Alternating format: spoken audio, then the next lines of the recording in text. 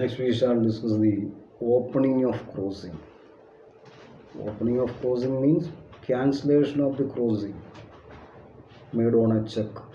ഒരു ചെക്കിൻ്റെ മേലുള്ള ക്യാൻസലേഷൻ അതിൻ്റെ ക്രോസിംഗ് ക്യാൻസൽ ചെയ്യുക. Generally it is done at the request of the pay request ചെയ്യുകയാണെങ്കിൽ ഈ ക്രോസിംഗ് വേണമെങ്കിൽ ക്യാൻസൽ ചെയ്യാം. But it can be done only by the drawing. ഈ ചെക്ക് ആരാണോ ഡ്രോ ചെയ്യുന്നത് അവർക്ക് മാത്രമേ ഇത് ക്യാൻസൽ ചെയ്യാൻ സാധിക്കുകയുള്ളൂ. ഇനി ഇത് ക്യാൻസൽ ചെയ്യണമെന്നുണ്ടെങ്കിൽ just strike out the crossing or write crossing cancelled. എന്ത് ചെയ്യുകയാണെങ്കിലും എന്താ അവിടെ ഡ്രോയിയുടെ ഫുൾ സിഗ്നേച്ചർ ഉണ്ടായിരിക്കണം, സ്പെസിമെൻ സിഗ്നേച്ചർ ഫുള്ളായിട്ടും അവിടെ ഉണ്ടായിരിക്കണം. എങ്കിൽ മാത്രമേ ആ ഓപ്പണിംഗ് ഓഫ് ക്രോസിംഗ് അത് ലീഗലി വാലിഡായിട്ട് മാറുകയുള്ളൂ. അപ്പം നമ്മളെന്താണ് ഓപ്പണിംഗ് ഓഫ് ക്ലോസിംഗ് അത് ക്യാൻസലേഷൻ ഓഫ് ക്ലോസിംഗ് ആണ്. Next is endorsement. സോ ഈ ഒരു എൻഡോഴ്സ്മെൻറ്റ് എന്ന വാക്ക് ഉണ്ടായത് it is derived from a Latin words indorsum which means on the back. ഇൻഡോഴ്സം means on the back, പിറകിൽ. അപ്പം നമ്മളെന്താ writing the name of A person or signing a person's name. Endorsement means signing a person's name on the back of a negotiable instrument. Signing a person's name on the back of a negotiable instrument with a view to transfer the interest, right, property or title in the instrument to another person. അപ്പം ഒരു negotiable ഇൻസ്ട്രുമെൻറ്റിൻ്റെ പിറകിൽ negotiable ഇൻസ്ട്രുമെൻറ്റിൻ്റെ holder അയാളുടെ signature ഇടുന്നു. എന്തിനു വേണ്ടിയിട്ടാണ്? ഈ negotiable ഇൻസ്ട്രുമെൻറ്റിൻ്റെ മേലുള്ള അയാളുടെ ഒരു ഇൻട്രസ്റ്റ് അല്ലെങ്കിൽ അയാളുടെ അവകാശം, അയാളുടെ ടൈറ്റിൽ ഇത് മറ്റൊരാൾക്ക് ട്രാൻസ്ഫർ ചെയ്യുന്നതിന് വേണ്ടിയിട്ടാണ്. So endorsement is always done for transferring the ownership right from one person to another person. Then ഇവിടെ ഇതിൻ്റെ definition is given in section 15 of the Indian negotiable instruments act 1881.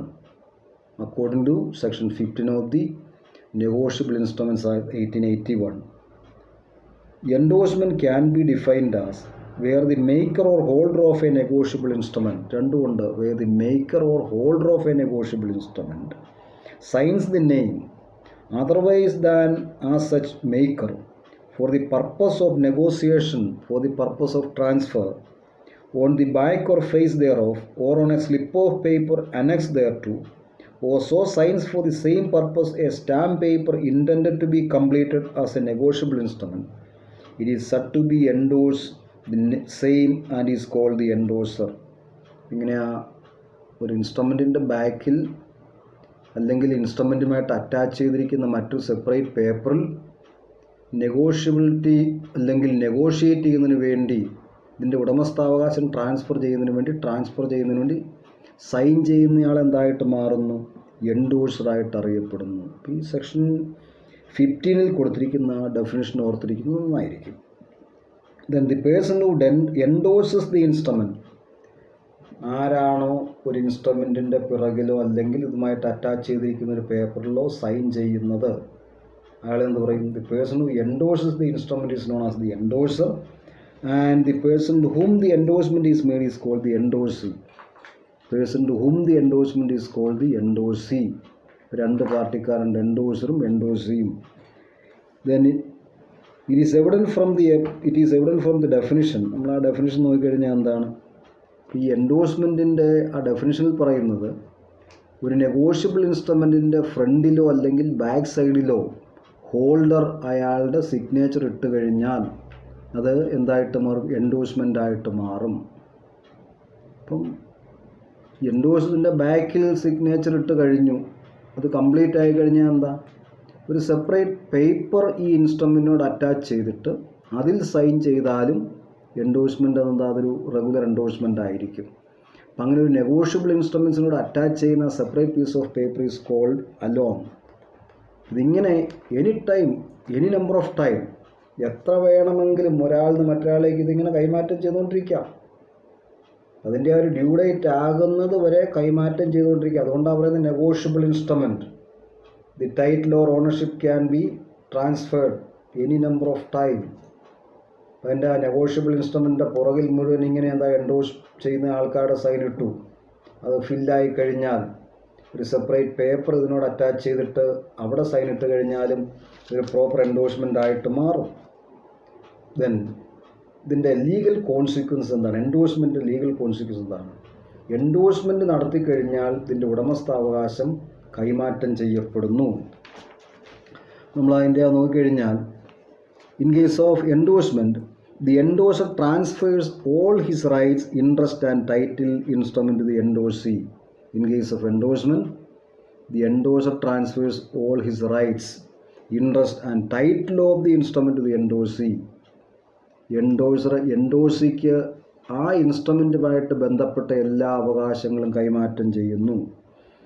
Then the endorser certifies to the endorsee the genuineness of the instrument being transferred. ഇപ്പോൾ endorser എന്താ certify ചെയ്യുന്നുണ്ട്, ഈ instrument ജെനുവിനാണ്. Then thirdly, the endorser guarantees that all previous endorsement are genuine. ഇപ്പോൾ endorser ഒരു guarantee കൊടുക്കുന്നുണ്ട്, ഇതിന് മുമ്പ് നടന്നിരിക്കുന്ന എല്ലാ എൻഡോഴ്സ്മെൻറ്റും ജെനുവിനാണ്, ഫ്രോഡല്ല, ജെനുവിനാണ്. എൻഡോഴ്സർ അങ്ങനെ ഒരു ഗ്യാരണ്ടി കൊടുക്കുന്നുണ്ട്. The endorser guarantees to the endorser that his title to the instrument is free from all defects. Endorser എന്താ എൻഡോഴ്സറോട് പറയുന്നത്?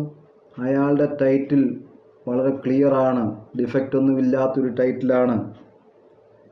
Then the endorser agrees to compensate for any loss in case of non-payment of the instrument. ഇതെല്ലാം എൻഡോഴ്സ്മെൻറ്റിലുള്ള കാര്യങ്ങളാണ്. ഇതിൻ്റെ ഒരു non payment വന്നു കഴിഞ്ഞാൽ ഇത് അക്സെപ്റ്റ് ചെയ്തിരിക്കുന്നയാൾ, ഈ നെഗോഷ്യബിൾ ഇൻസ്ട്രുമെൻറ്റിൻ്റെ അക്സെപ്റ്റർ നോൺ പേയ്മെൻറ്റാണ് നടത്തുന്നത്, ഡ്യൂ ഡേറ്റിൽ പേയ്മെൻറ്റ് നടത്തുന്നില്ല എങ്കിൽ അതുകൊണ്ടുണ്ടാകുന്ന നഷ്ടം, എൻഡോഴ്സിക്ക് ഉണ്ടാകുന്ന ലോസ് കോമ്പൻസേറ്റ് ചെയ്തു കൊള്ളാമെന്നും എൻഡോഴ്സർ ഗ്യാരണ്ടി കൊടുക്കുന്നുണ്ട്. Then the endorser confers the right of further negotiations to the endorsee. Endorser എന്താ, ഇത് വീണ്ടും നെഗോഷിയേറ്റ് ചെയ്യാനുള്ള റൈറ്റും കൂടി കൊടുക്കുന്നുണ്ട്. ഇത്രയും പറഞ്ഞിരിക്കുന്ന ഇതെല്ലാം എൻഡോഴ്സ്മെൻറ്റുമായിട്ട് ബന്ധപ്പെട്ട ഒരു ലീഗൽ കോൺസിക്വൻസസ് ആണ് ഇതിൻ്റെ. ദെൻ ഒരു എൻഡോഴ്സ്മെൻറ്റ് വാലിഡ് എൻഡോഴ്സ്മെൻറ്റ് ആകണമെന്നുണ്ടെങ്കിൽ requisites of a valid endorsement. ഒരു എൻഡോഴ്സ്മെൻറ്റ് വാലിഡ് ആകുന്നതിൻ്റെ കണ്ടീഷൻസ് എന്തൊക്കെയാണ്? റെക്വിസിറ്റ്സ്. ഇപ്പോൾ എന്തൊക്കെ കണ്ടീഷൻസ് ഫുൾഫിൽ ചെയ്ത് കഴിഞ്ഞാൽ ഒരു എൻഡോഴ്സ്മെൻറ്റ് വാലിഡ് എൻഡോഴ്സ്മെൻ്റ് ആയിട്ട് മാറും. ചില കണ്ടീഷൻസ് ഫുൾഫിൽ ചെയ്യണമെന്ന് പറയുന്നുണ്ടല്ല, ചില certain conditions has to be fulfilled. The first one is an endorsement should be preferably made in ink. Endorsement should be preferably made in ink. Through an endorsement in pencil is valid in the eyes of law. Endorsement pen ഉപയോഗിച്ച് ചെയ്യണമെന്നാണ് പറയുന്നതെങ്കിലും pencil ഉപയോഗിച്ച് നടത്തുന്ന എൻഡോഴ്സ്മെൻറ്റും നിയമത്തിൻ്റെ ദൃഷ്ടിയിൽ വാലിഡാണ്. But generally an endorsement is done only using a pen. ഉപയോഗിച്ച് എൻഡോഴ്സ്മെൻറ്റ് നടത്തുക. പെൻസിൽ ഉപയോഗിച്ച് നടത്തിയാലും നിയമപരമായിട്ട് അതിന് പ്രശ്നമില്ല. പക്ഷെ സാധാരണഗതിയിൽ ചെയ്യുന്നത് പെൻ ഉപയോഗിച്ചാണ്. Then it is desirable to make the endorsement at the back of the instrument. ഫ്രണ്ടിലല്ല, ഒരു ഇൻസ്ട്രുമെൻറ്റിൻ്റെ ബാക്കിലാണ് ഡിസൈറബിൾ ആയിട്ടുള്ളത്. ഇനി ഫ്രണ്ടിൽ എൻഡോഴ്സ് ചെയ്യുന്നതുകൊണ്ട് അതിനെന്താ, അതിൻ്റെ എൻഡോഴ്സ്മെൻറ്റ് പ്രോപ്പറാണ്. പക്ഷേ സാധാരണഗതിയിൽ endorsement is done at the back of the instrument, not at the face of the instrument, even though it is permitted by law. Then 3, endorsement should be made by lawful holder of the instrument. Lawful holder ആയിരിക്കണം, നിയമവിധേയമായിട്ട് ഹോൾഡറായിട്ട് അറിയപ്പെടാൻ അർഹതയുള്ള ഒരാളായിരിക്കണം endorsement നടത്തുന്നത്. എൻഡോഴ്സറിൻ്റെ title defective ആയി കഴിഞ്ഞാൽ എൻഡോഴ്സറുടെ ടൈറ്റിലും ഡിഫക്റ്റീവായി പോകും. only genuine holders can make endorsement. Then an instrument in the name of 2 or more persons jointly must be endorsed by all of them. രണ്ടോ അതിലധികമോ ആളുകളുടെ പേരിലുള്ള ഒരു ഇൻസ്ട്രുമെൻ്റ് ആണെങ്കിൽ ആ എല്ലാ ആളുകളും എൻഡോഴ്സ് ചെയ്തിരിക്കണം. അപ്പോൾ എല്ലാ ആളുകളുടെയും സിഗ്നേച്ചർ ആ ഇൻസ്ട്രുമെൻറ്റിൻ്റെ പുറകിലുണ്ടാകണം. ഇനി if all the co owners അല്ലെങ്കിൽ മറ്റാളുകൾ ഒരാളെ ഓതറൈസ് ചെയ്തിട്ടുണ്ട് എങ്കിൽ അയാളുടെ സിഗ്നേച്ചർ മാത്രം മതി. then an endorsement should be for full amount of the instrument. Endorsement എല്ലായ്പ്പോഴും ഫുൾ എമൗണ്ടിനായിരിക്കണം. Partial endorsement is not allowed. ഒരു നെഗോഷ്യബിൾ ഇൻസ്ട്രുമെൻറ്റിൻ്റെ വാല്യൂ 1,00,000 രൂപയാണ്. ഈ 1,00,000 രൂപയും എൻഡോഴ്സ് ചെയ്യാം. Endorsement cannot be made for 90,000 അല്ലെങ്കിൽ 50,000. പാർഷ്യൽ എൻഡോഴ്സ്മെൻറ്റ് ലീഗലി അക്സെപ്റ്റഡ് അല്ല. Endorsement should be made for the full amount. Then an endorsement should match strictly with the payee's or endorsee's name as already used by the drawer or former endorser, irrespective of whether it is wrongly spelled or not. ഇപ്പം തെറ്റായിട്ടാണ് spelling വന്നിരിക്കുന്നതെങ്കിലും എന്താണ്, an endorsement should match strictly with the payee's or endorsee's name. പേയുടെയോ എൻഡോഴ്സിയുടെ നെയിമും ആ ഇൻസ്ട്രുമെൻറ്റിൽ appear ചെയ്യുന്ന ആ രീതിയിൽ തന്നെ വേണം കൊടുക്കാനായിട്ട്. സ്പെല്ലിങ് തെറ്റാണെങ്കിലും തെറ്റായ സ്പെല്ലിങ് തന്നെ ഉപയോഗിച്ചുകൊള്ളുക. അത് കറക്റ്റ് ചെയ്യാൻ പോയി കഴിഞ്ഞാൽ ആ എൻഡോഴ്സ്മെൻറ്റ് ഒരു വാലിഡ് എൻഡോഴ്സ്മെൻറ്റ് അല്ലാതായിട്ട് മാറും. ഈ പറഞ്ഞിരിക്കുന്ന 6 പോയിൻറ്റുകൾ എന്താണ്? These are the requisites of a valid endorsement. ഒരു എൻഡോഴ്സ്മെൻറ്റ് വാലിഡ് ആകണമെന്നുണ്ടെങ്കിൽ നിയമപരമായിട്ട് ഈ 6 പോയിൻറ്റുകൾ അവിടെ അല്ലെങ്കിൽ ഈ 6 കണ്ടീഷൻസ് ഫുൾഫിൽ ചെയ്തിരിക്കണം. Now we shall discuss the different kinds of endorsement. Endorsement is applicable to all negotiable instruments. എല്ലാ നെഗോഷ്യബിൾ ഇൻസ്ട്രുമെൻറ്റ്സിനും എൻഡോഴ്സ്മെൻറ്റ് ആപ്ലിക്കബിൾ ആണ്. ഇത് ക്രോസിങ്ങും എൻഡോഴ്സ്മെൻറ്റുമായിട്ട് വ്യത്യാസമുണ്ട്. Crossing is applicable only in case of cheque. A cheque can be cross but a bill of exchange cannot be cross. It can B only negotiated.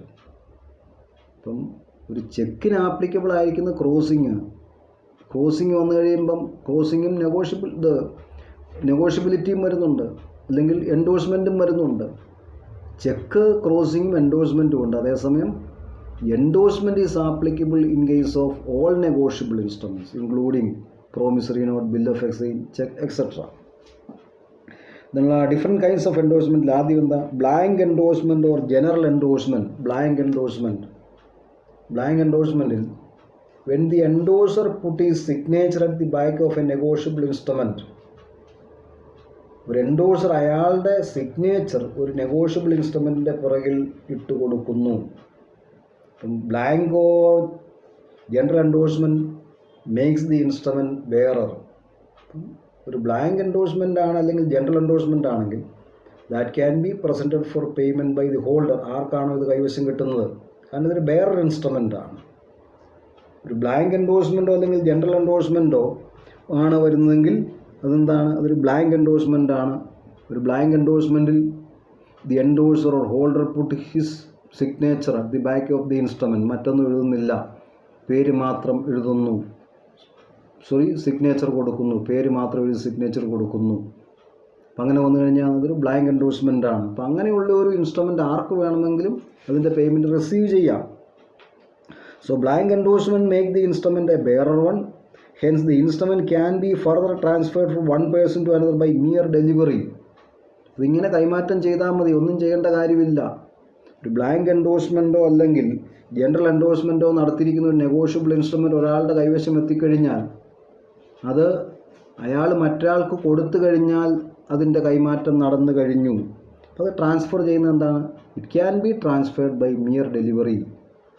അതിന് മറ്റ് formalities ഒന്നുമില്ല, വെറുതെ കൈമാറ്റം ചെയ്തു കഴിഞ്ഞാൽ അതിൻ്റെ ഡെലിവറി ആകുന്നു, അല്ലെങ്കിൽ അതിൻ്റെ ട്രാൻസ്ഫറബിലിറ്റി കംപ്ലീറ്റ് ആകുന്നു.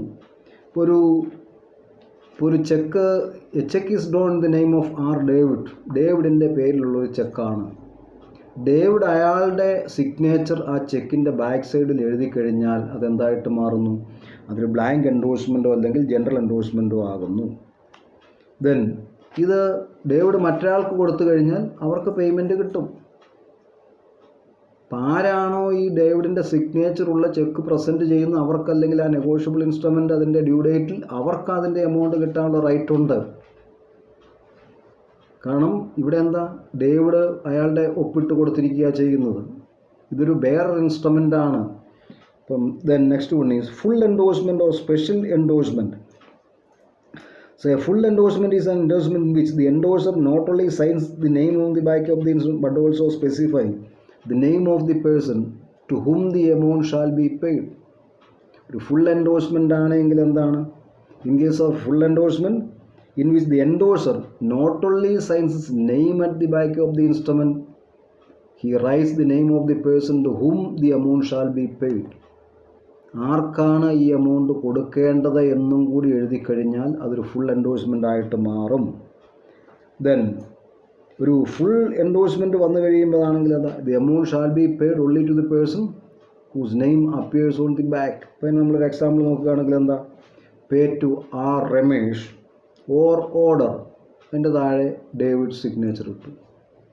പേ ടു രമേഷ് ഓർ ഓർഡർ, താഴെ ഡേവിഡിൻ്റെ സിഗ്നേച്ചർ ഇട്ട് കഴിഞ്ഞാൽ എന്താ, രമേഷിനോ അല്ലെങ്കിൽ അയാൾ പറയുന്നയാൾക്കോ പേയ്മെൻറ്റ് കൊടുക്കുക. അപ്പോൾ ഇത് ആര് കൊണ്ടുപോയാലും പറ്റുകയില്ല. ഒന്നെങ്കിൽ രമേഷ് വേണോ, അല്ലെങ്കിൽ രമേഷ് ഫർദർ എൻഡോഴ്സ്മെൻറ്റ് നടത്തി കൊടുത്തിരിക്കുന്ന ആൾക്ക് ഇതിൻ്റെ പേയ്മെൻറ്റ് കൊടുക്കാവുള്ളൂ. Then restrictive endorsement. Restrictive endorsement, a restrictive endorsement is one which the endorser restricts or prevents the endorsee from doing further endorsement. Restrict എൻഡോഴ്സ്മെൻറ്റിൽ എന്താ പറഞ്ഞിരിക്കുന്നത്, in case of a restrictive endorsement the endorser restricts further endorsement. Restrictive endorsement വന്നു കഴിഞ്ഞാൽ എന്താ, അത് വീണ്ടും endorse ചെയ്യാൻ പറ്റില്ല. ഒരു റെസ്ട്രിക്റ്റീവ് എൻഡോഴ്സ്മെൻറ്റ് ബെയർ ചെയ്യുന്ന ഒരു നെഗോഷ്യബിൾ ഇൻസ്ട്രുമെൻറ്റ് വീണ്ടും അത് എൻഡോഴ്സ് ചെയ്യാൻ പറ്റില്ല. So A restrictive endorsement restricts or prevents the endorsee from further endorsement. In case of restricted endorsement, the endorsee is only person who can get the amount. Restrictive endorsement ആണെങ്കിൽ എൻഡോഴ്സിക്ക് മാത്രമേ ആ amount കിട്ടാനുള്ള right ഉള്ളൂ. കാരണം ഇത് further endorsement അവിടെ block ചെയ്തിരിക്കുകയാണ്.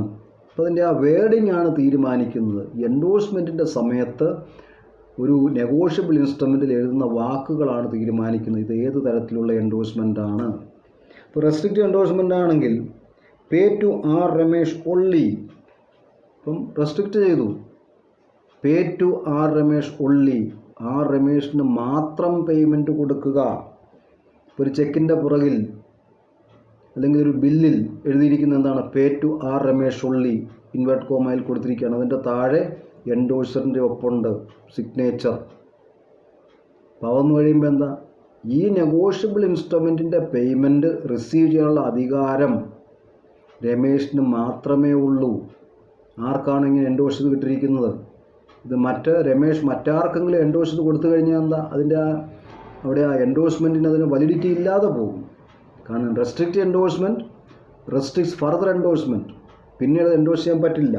So the amount can be received only by the person whose name appear on the instrument. Restrictive endorsement. ഇതെല്ലാം നമ്മൾ എഴുതുമ്പോഴെന്താ, ഇതിൻ്റെ എല്ലാം എക്സാമ്പിളായിട്ട് കൊടുക്കണം.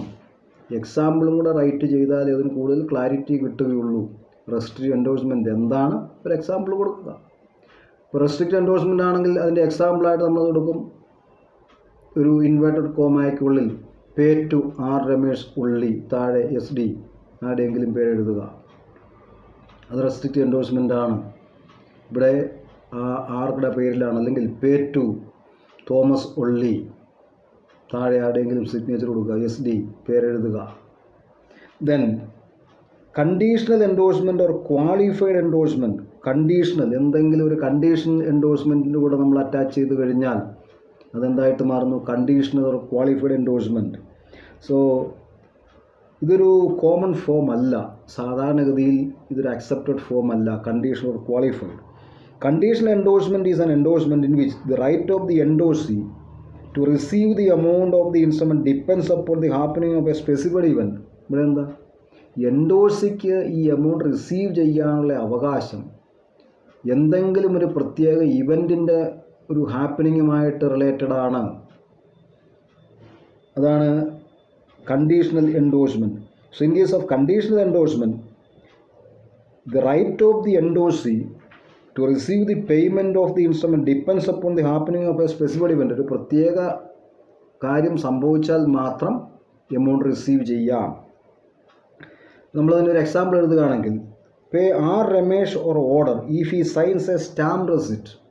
ഇവിടെ എന്താ, pay R Ramesh or order or pay to mister Thomas Joseph or order, എവിടെയെങ്കിലും പേരെഴുതുക. If he signs a stamp receipt, ഇവിടെ എന്താ, ഒരു സ്റ്റാമ്പ് റെസിറ്റ് സൈൻ ചെയ്ത് കൊടുത്താൽ മാത്രം ഇയാൾക്ക് പേയ്മെൻറ്റ് കൊടുക്കുക. അവിടെ ഒരു കണ്ടീഷൻ അറ്റാച്ച് ചെയ്തു, അതിൻ്റെ താഴെ സിഗ്നേച്ചർ കൊടുക്കുന്നു. ആരാണോ എൻഡോഴ്സർ അയാളുടെ സിഗ്നേച്ചർ കൊടുക്കുന്നു.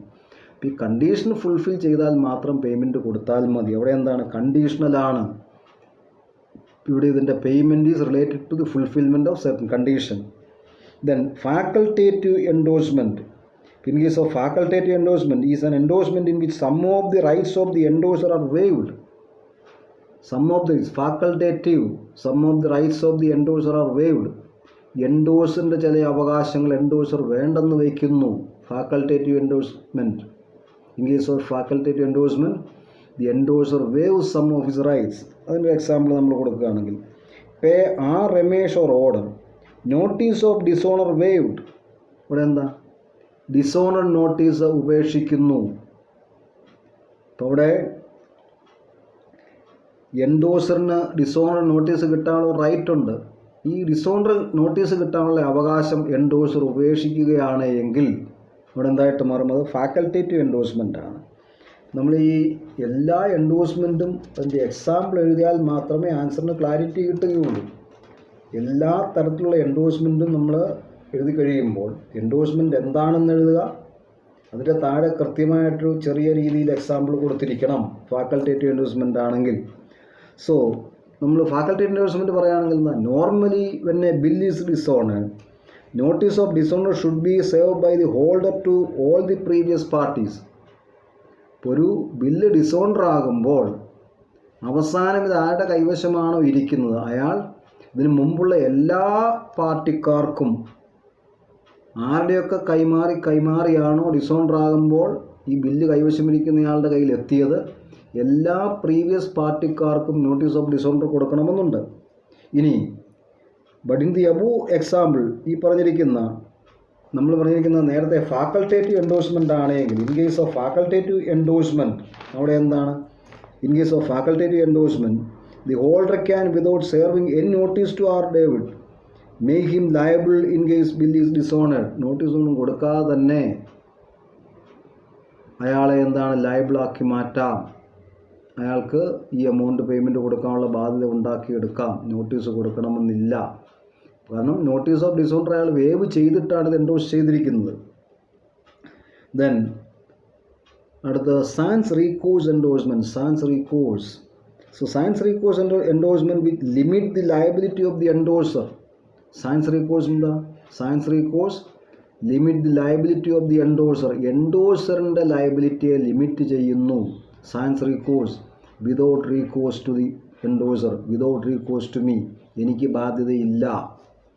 Then generally an instrument is endorsed to the endorser undertakes. So ഒരു ഇൻസ്ട്രുമെൻ്റ് എൻഡോഴ്സ് ചെയ്യുമ്പോൾ എന്താണ്? Generally when an instrument is endorse the endorser undertake to compensate the endorsee in the event of dishonour of the instrument.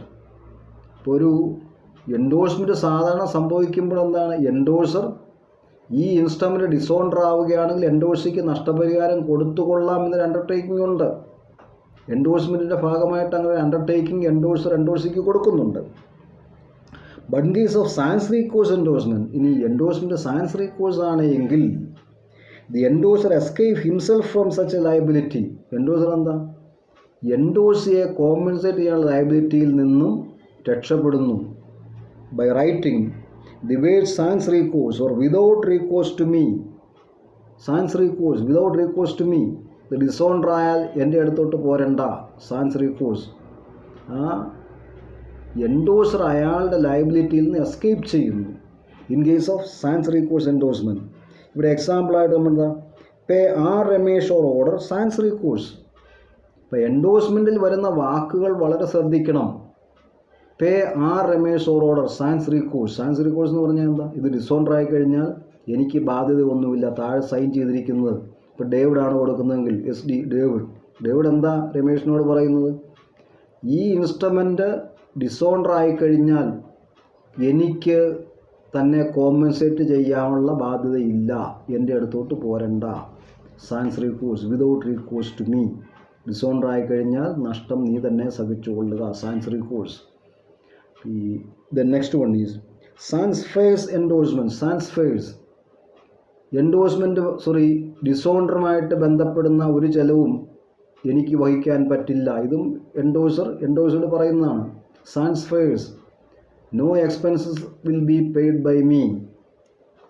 So sans face endorsement is an endorsement in which the endorser makes it clear that he does not want any expense to be incurred on his account on the instrument by writing the words sans face. അപ്പം ഇവിടെ എന്താ? Pay to R Ramesh sans frais, അത്രേ ഉള്ളൂ. Sans frais താഴെ signature SD ഡേവിഡിൻ്റെ എൻഡോഴ്സ്മെൻ്റാണ്, അത് സാൻസ്ഫയേഴ്സാണ്. സോ ഇങ്ങനെ വന്നു കഴിയുമ്പോൾ എന്താണ്, in this type of endorsement the endorser does not want to bear any additional expense like noting and protesting charges.